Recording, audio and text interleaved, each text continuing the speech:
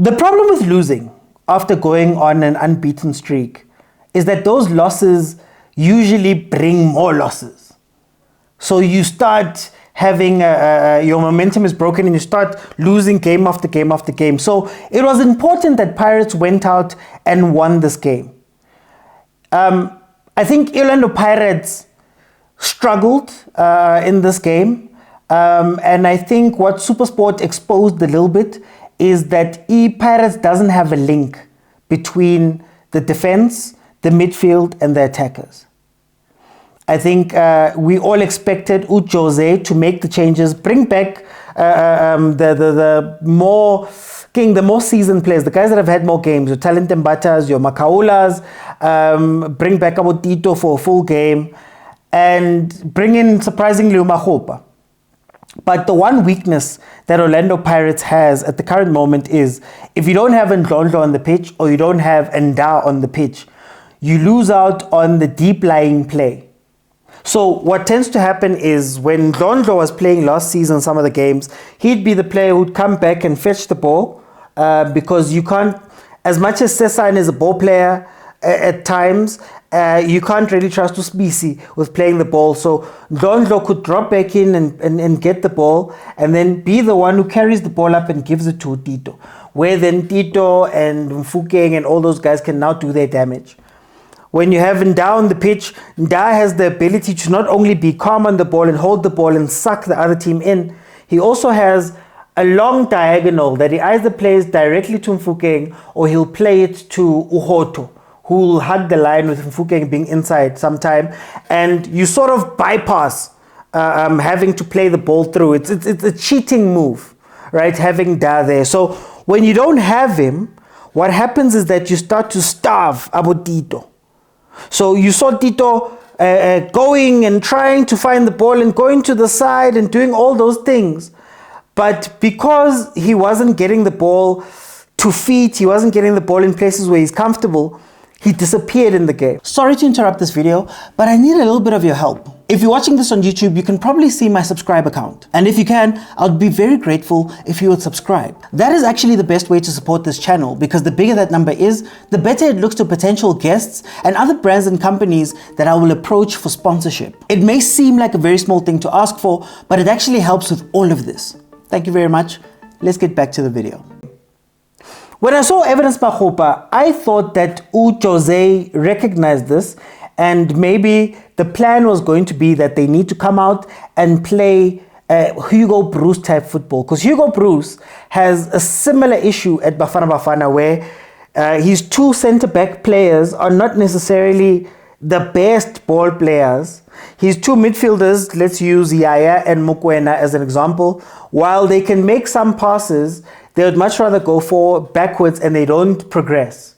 So it's either you break it the way Mamelodi Sundowns did and you bring in a Kutsia and you have a Modiba, where Kutsia can be the one that, you know, plays the link from the goalkeeper to him because tshwane can play the ball. Goalkeeper to him, then him to Allende, then Allende to Tshwane or Ribeiro, where you've got a link. Or you play a ball long and you sort of cheat. You play it long, Mahopa wins the first ball, and then by him winning the first ball, it's either he puts it down, then he gives it to Tito and them in an advanced position, or he creates some chaos there, and because of that chaos, maybe Tito can win those balls back, and because they're in attacking areas, they can play a lot better. So I think that is a weakness that Pirates is going to have to address.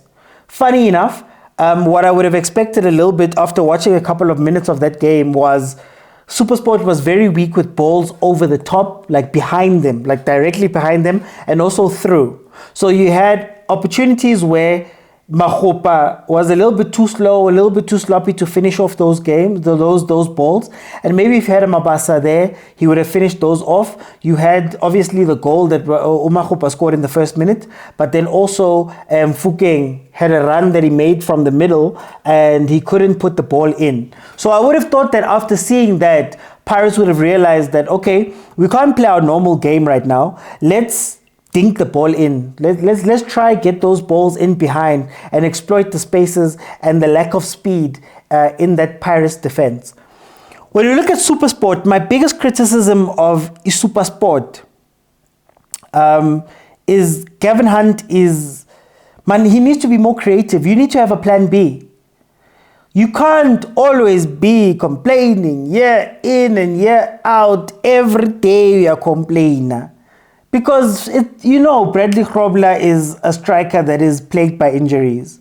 You know that, you've lost Chandre Campbell and maybe you won't be able to get those whipped in crosses.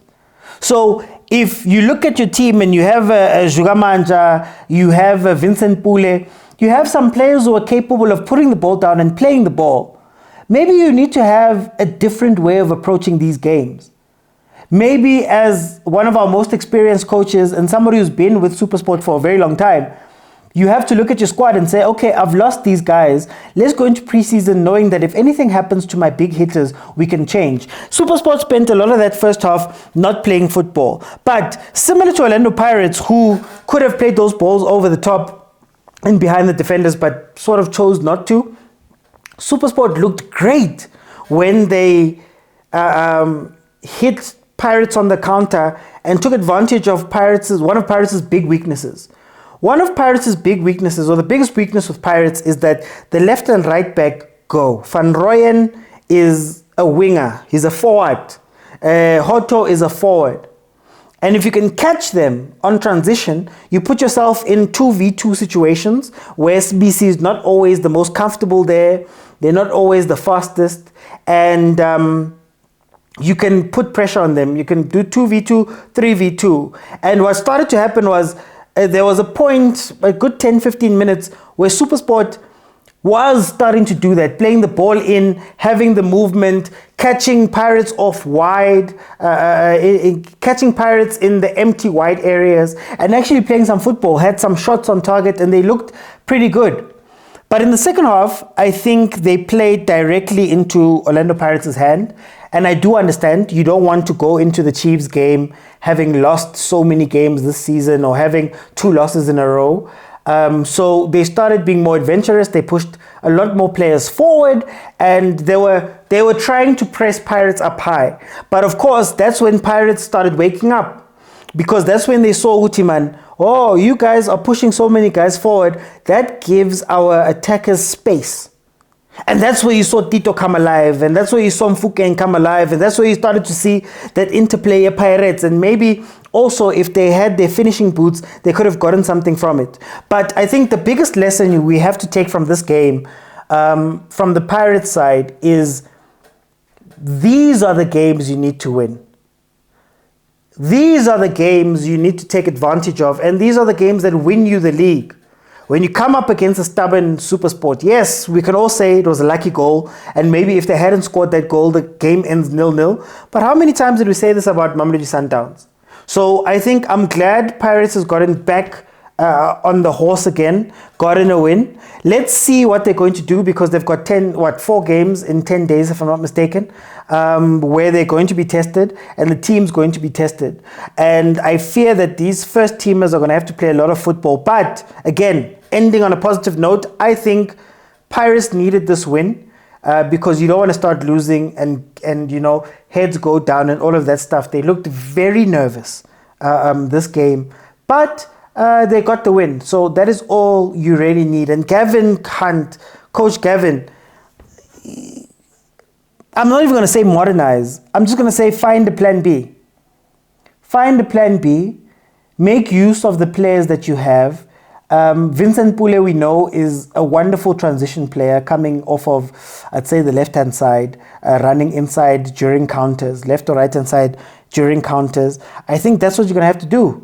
You're not going to be able to take the ball up into the sky and play crosses and things like that forever. So let's see what happens there. Pirates, of course, keeps their unbeaten run going, unbeaten, undrawing run going with a 2-0 win over Supersport. So that makes it 4 games played for them and 4 wins. Supersport, on the other hand, now has 1 win, 1 draw, and 3 losses to their season so far. Guys, it's been incredible. I'll see you on the next one.